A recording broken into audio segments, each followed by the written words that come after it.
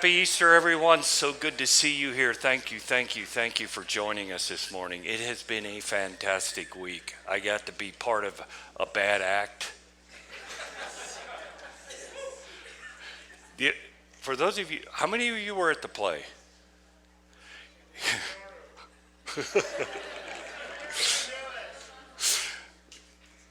I think in every play you need to have somebody that takes the standard. By that person's standard, everybody else looks fantastic. I'm that guy because I make all those other guys. But it has been I found myself so excited for today that twice yesterday I just drove over here because there was a bunch of stuff going on here. People got ready for Easter, just hanging out and thinking about, He's risen. That is such good news. And so I want to talk to you just a little about that this morning. Not in teaching you anything new as much as just thinking about it. We are so blessed because he rose from the dead. But before we do that, I think there's a couple of people that need to be celebrated. And first of all, whoever pulled off that breakfast this morning and whoever pulled off the play and the worship team. And Jesus, let's celebrate them.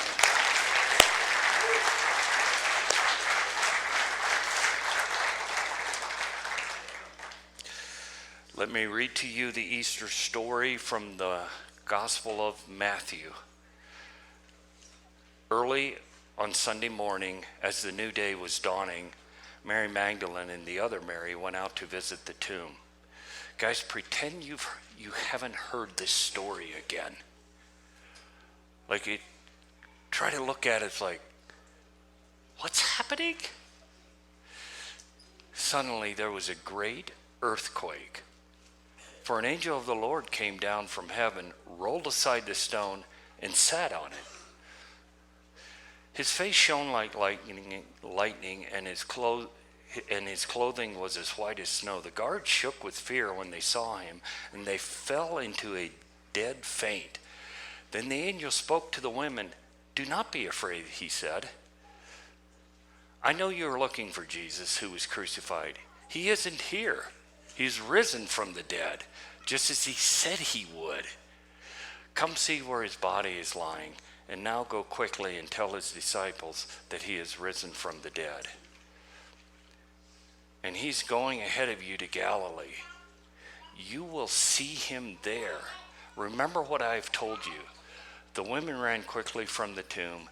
They were very frightened, but also filled with great joy, and they rushed to give the disciples the angel's message.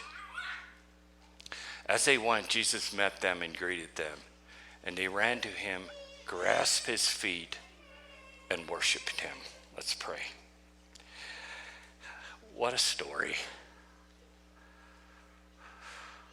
Oh, Jesus, thank you so much that we get to live in this reality.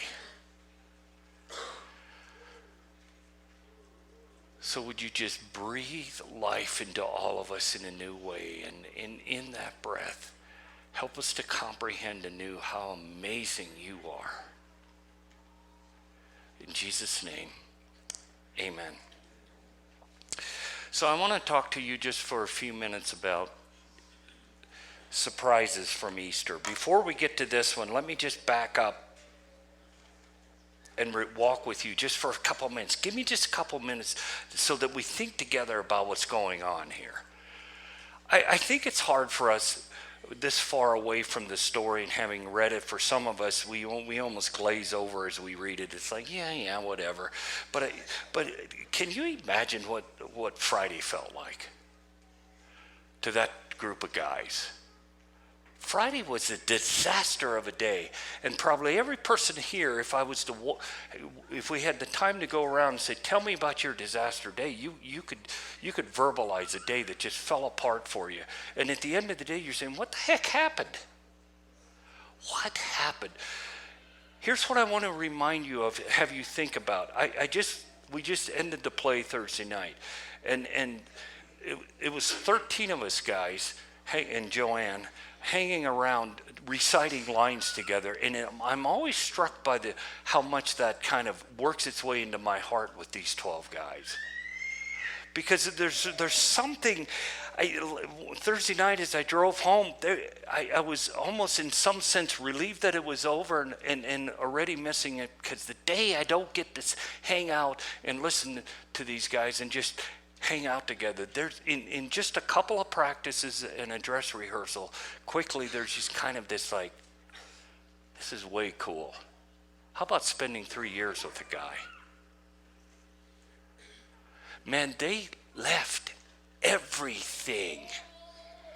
And he did not only meet, but in many ways exceeded their expectations. And at some level, there was things that they couldn't figure out about him. But man, this guy was fun to hang out with. Like, think about that. You're getting to watch him do things that you'd never even hope to see in your life. Like, he's doing things, they're just phenomenal. And then Friday comes, and you could see a shift that happens. Although it isn't so much verbalized, you can kind of see a shift that happens in the hearts of the disciples when Jesus is arrested. And here's how it happens. He was a guy that always bailed them out of tight situations. He was a guy that when there was no food came up with the food. He was a guy that when they were discouraged, and he was a guy in their life. They never, in those 3 years, they really didn't have to worry much because Jesus was there. And all of a sudden this superhero became extraordinarily normal. And he gets arrested. Here's where the shift happens. He had always protected them. He had always provided for them. He'd always done the things for them. And Peter reaches down because he realizes that is over. And Peter picks up the sword and said, for the first time since I've known this guy, I got to defend him. See, their world shattered right there. They never thought they'd be there. They were surprised by Jesus because not only does he get arrested, not only does he get condemned, eventually they're standing there and he's hanging on the cross and their world is shattered. The second surprise, I think they surprised themselves.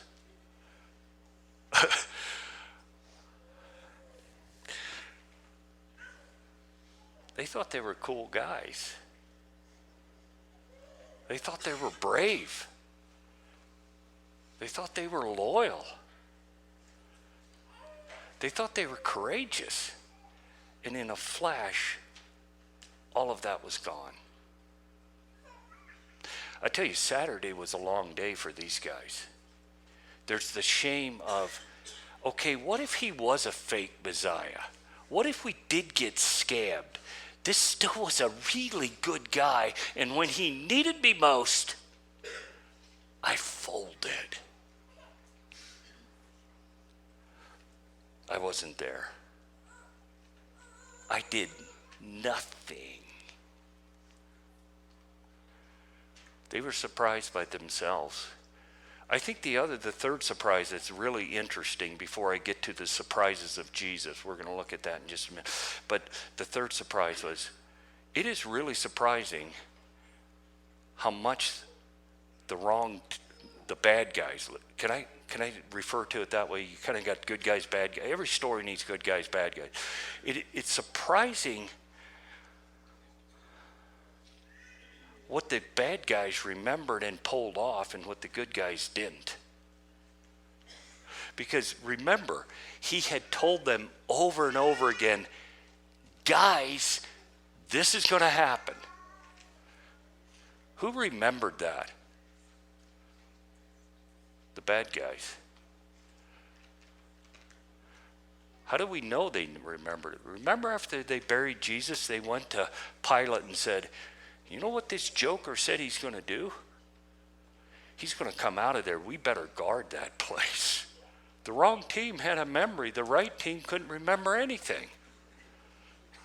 Isn't that a strange twist in the story?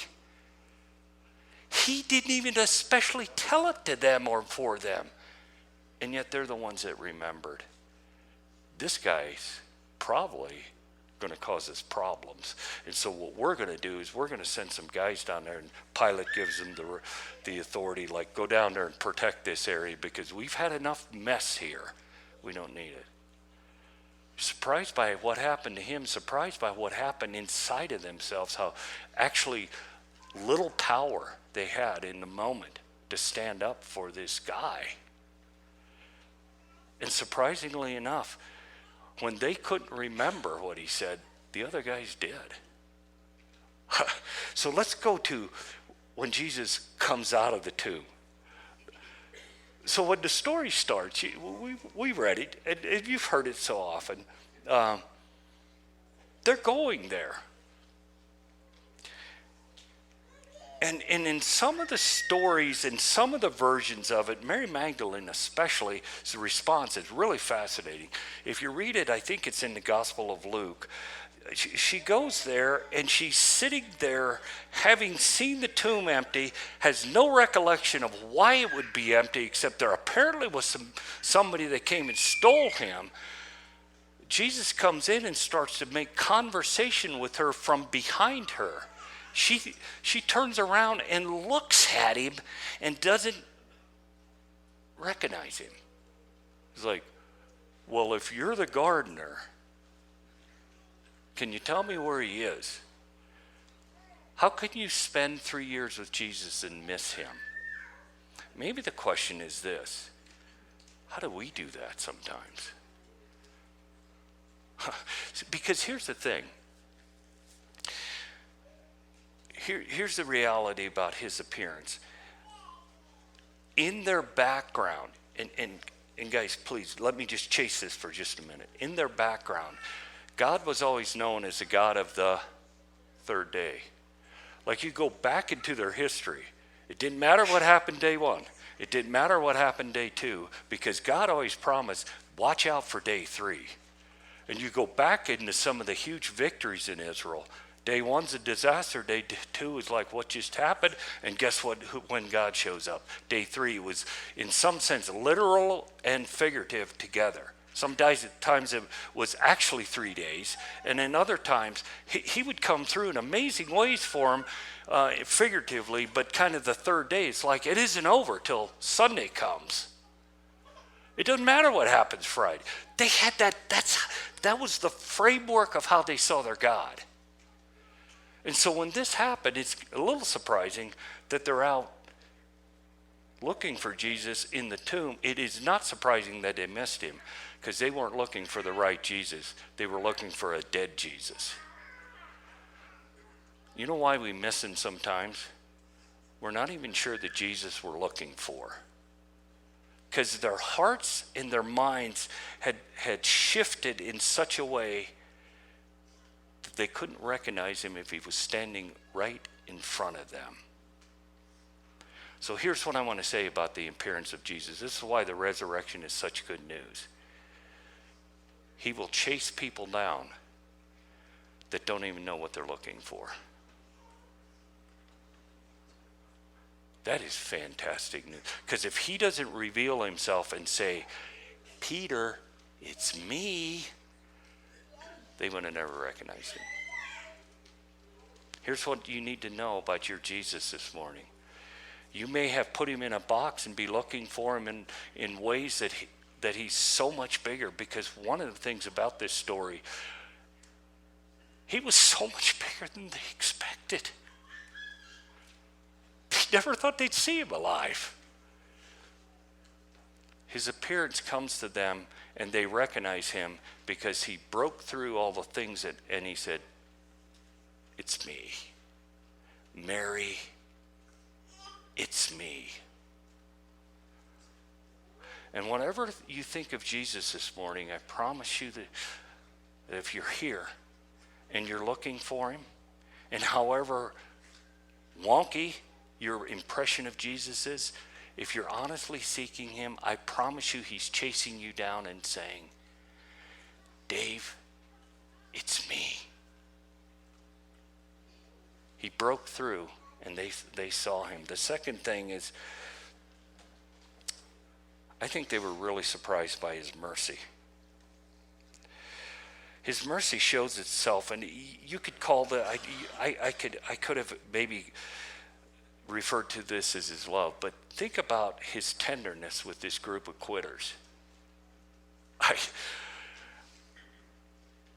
I suppose that in the heart of Peter and in the heart of all of the disciples, there's this a little bit of, they hear that he's alive, and that has to be just fantastic news to them, and it's got to be like the best news in the world, but there's got to be this thing like, I wonder what he's going to say to me when he sees me.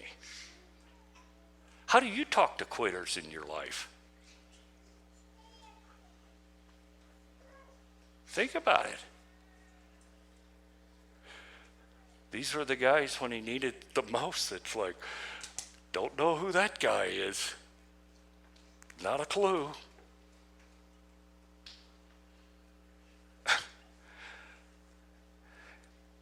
And even though she didn't even have the capacity to recognize him after he had cast 7 demons out of her, he doesn't chastise her for not being able to recognize her. He doesn't, and to the rest of he never says, guys, do you understand how badly you screwed it up?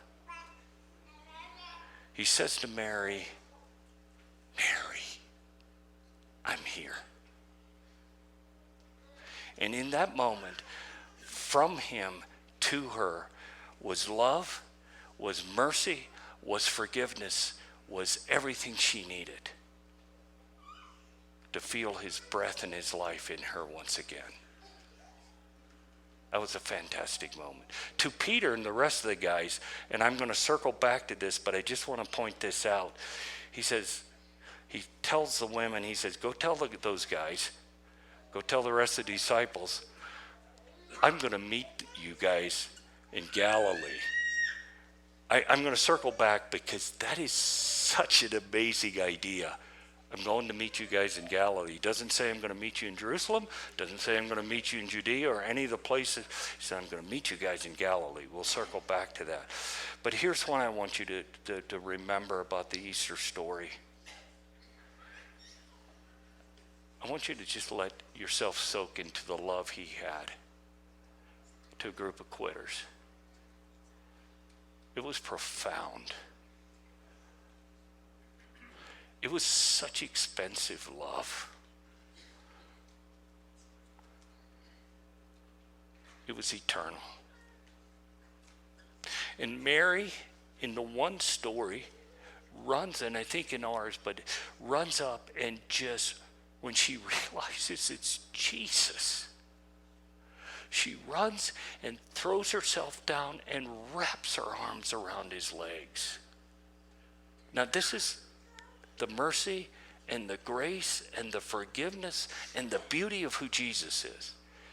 He says, don't hang on to me. You know why he says that to her? She was so afraid she'd lose him again. She lost him once. And his words to her heart in that moment is, I will always be with you.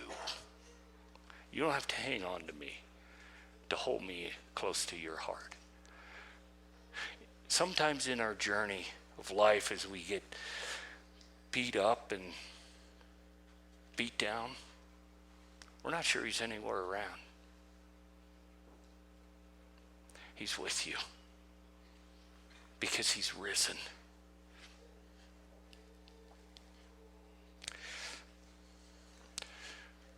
They were surprised by his power. I mean, he had done so many things, that they had seen so many things, but to actually come back from the dead, it's like, all right, this guy's a real deal now. I think of my friend, let me kind of set this up as how we relate to this idea this morning. Years ago, I had a mentor slash guy that really kind of helped direct my life. His name was Tony. Tony was an interesting guy. Well, let me tell the story, and this will help you understand who Tony was. Tony was asked to speak because he was a bit of a speaker, and he was asked to speak at this chapel in this school for a chapel session. And so he goes in there, and he's standing up there, and he's getting ready to go. The chaplain has walked out into the hallway to do something. Tony goes up front. He's ready to start his speech, and up the side comes this lady with her son. And her son's leg is all twisted out of shape, and it's in this brace, and she's kind of helping him walk along, and she brings him up there, and she comes up to Tony. Now he's supposed to be speaking at this point, and here this lady is with this kid. He's not a kid. I mean, he's 8-10 years old, and Tony says, "Hey," and she says, "I want you to heal my son." Tony said, "I'm a Baptist. We don't heal." He doesn't know what to do. Like, this is awkward on steroids. He's supposed to be giving a speech, and there's this weirdness right here. The chaplain comes in, sees something's going on, comes up there, which oddly enough, I think if I remember correctly, what I heard Tony tell us about it, I think the chaplain was probably Episcopal or something. So now you got a Baptist dude, an Episcopal dude, standing here, and there's a lady saying, "You guys got to heal my son." And the chaplain turns around, grabs the mic, turns around and says, "We're going to have a healing here this morning. If you don't have faith in that, get out of the chapel." Everybody left but 5 young guys sitting up front. They were the Zach types.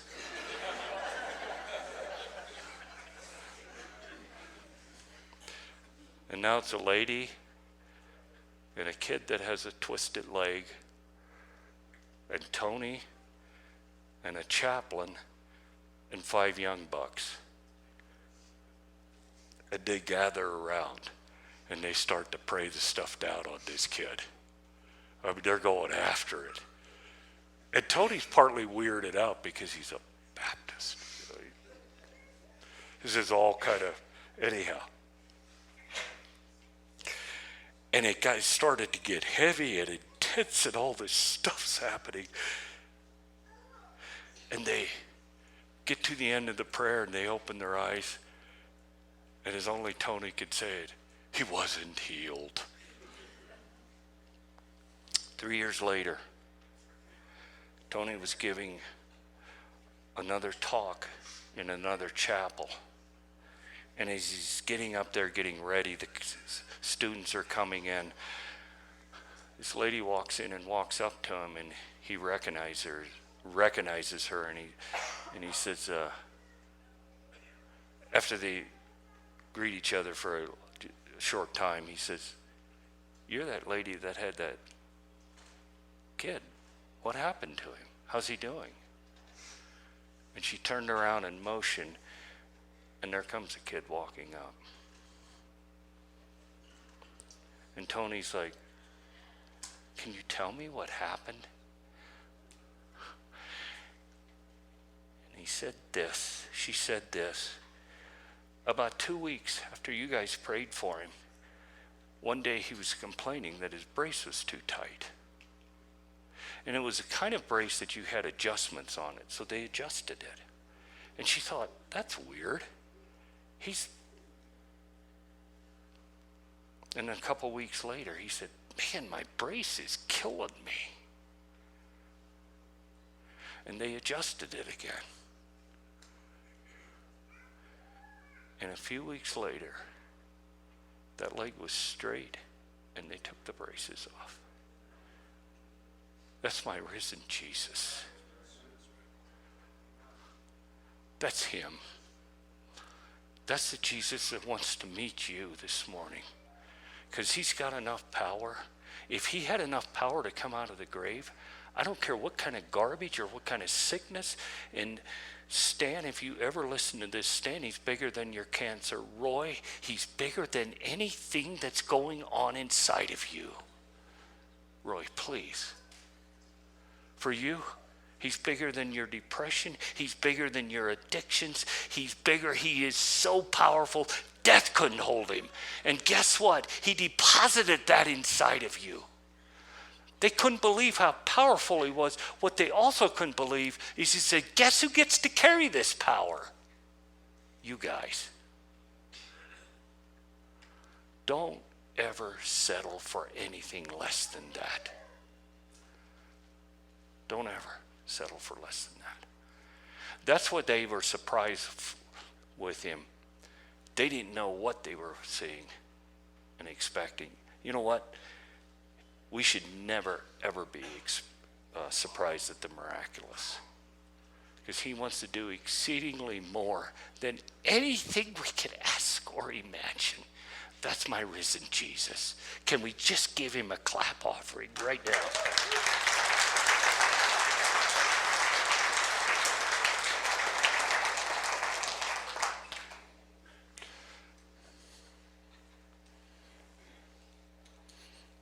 Why Galilee?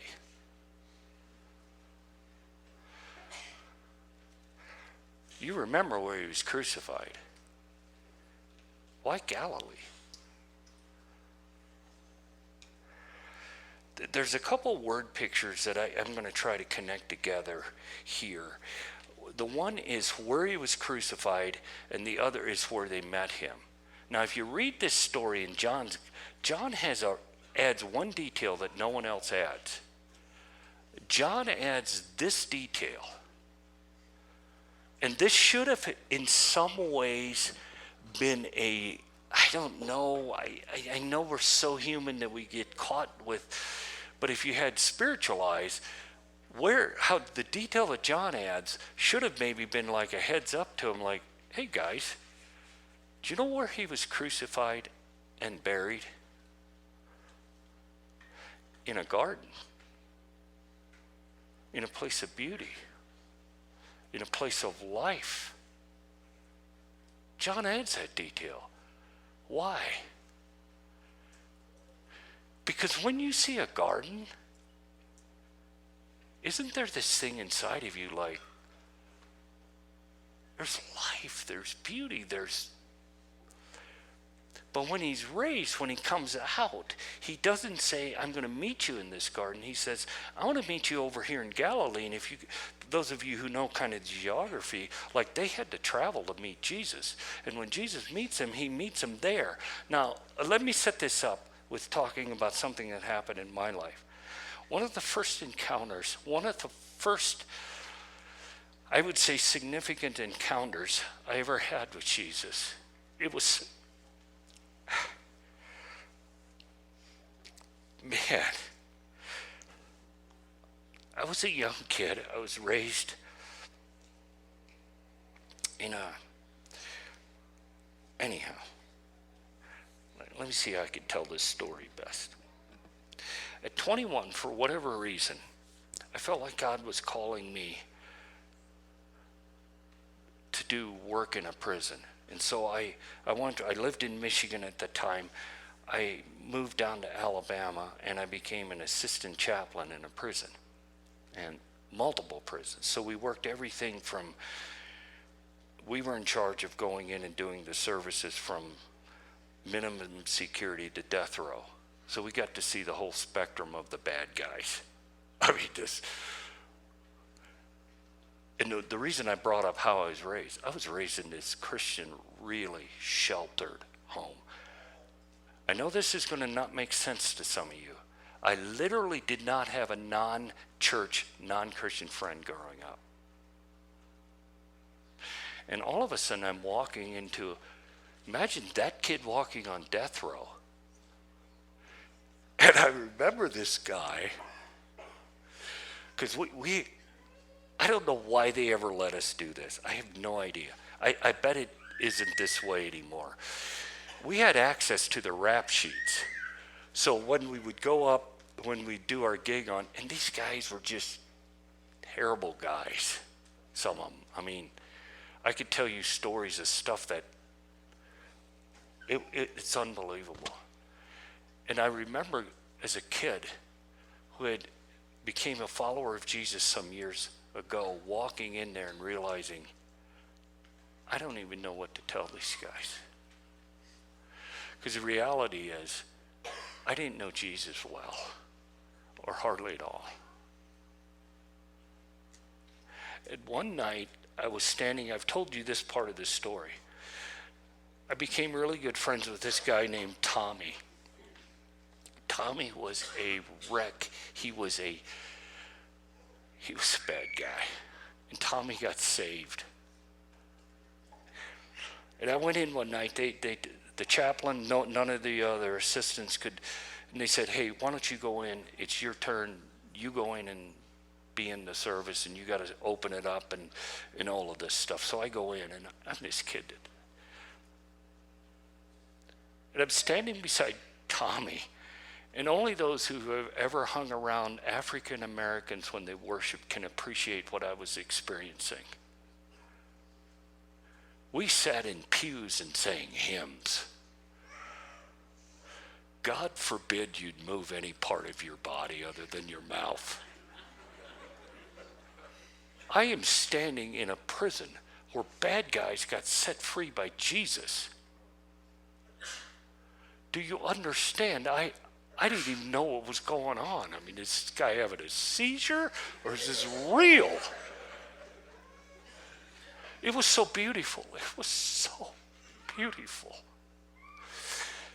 And I'm there just kind of soaking it in that night. And I'd done it before, and I don't know what it was about that night. I have no idea.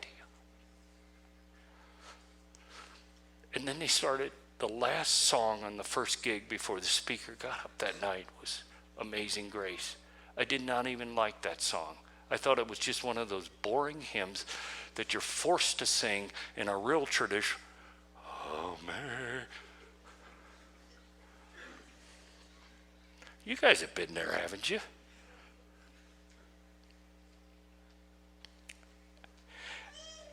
Tommy's standing right here, weeping. He is weeping, as we say. He never sang a word. And I'm standing there, a kid who had almost made no bad calls, beside a terrible rap sheet. And I got this real quick. The Jesus he knows, I don't know anything about. I went home that night, and Jesus met me in the bed. I went to bed, and I'm weeping. And Jesus showed up, because I didn't even know that Jesus, I get this stuff. I had no idea who I was even looking for. And I promised him that night that I didn't care what happened. I'm going to find you. And I will live for you. You know why he took him? So that's where my story, my first encounter with Jesus. A couple years, the guy that ran that ministry that I worked for passed away.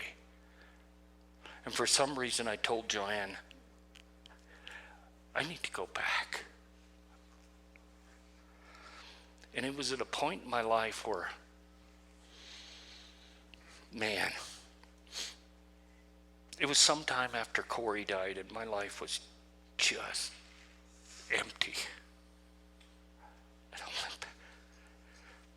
I went back there and I drove down those roads where I used to drive to go to the prisons. I drove into those prison parking lots and I sat there. And Jesus met me again. It was fantastic. It was so good. You know why he told him, I need you guys back in Galilee? That's where it started. That's where he called them. That was the beginning of that journey with Jesus.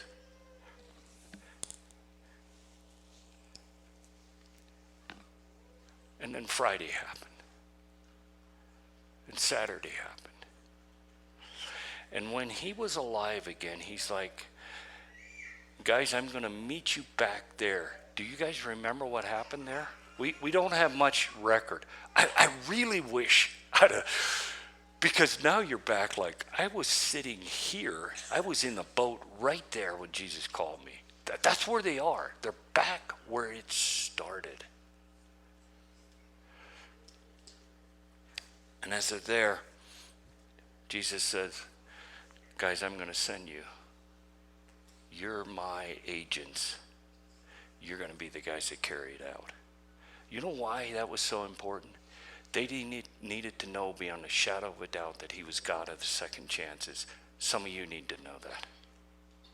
If you're sitting here and you're empty, you know where he's going to want to take you this morning?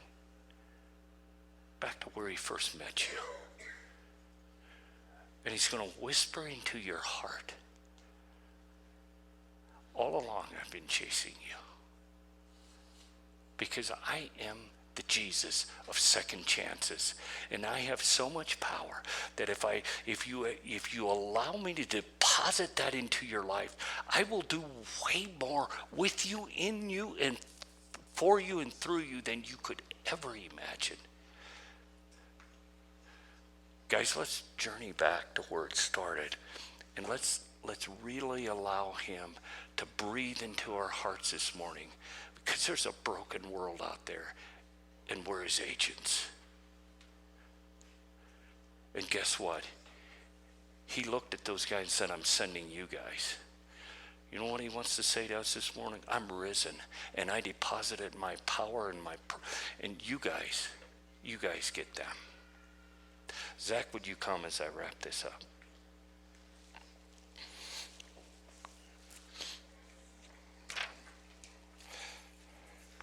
Let me move my stuff.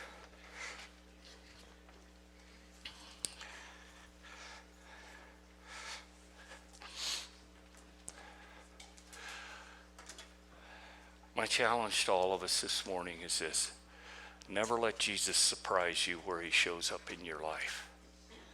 Never be surprised, because at the mercy, the forgiveness, and the love that he's pouring out on you.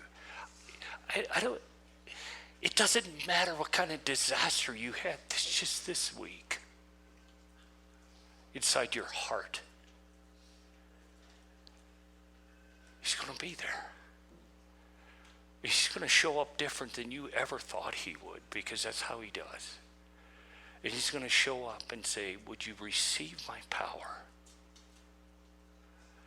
Because I'm bigger than any of the messes your life has.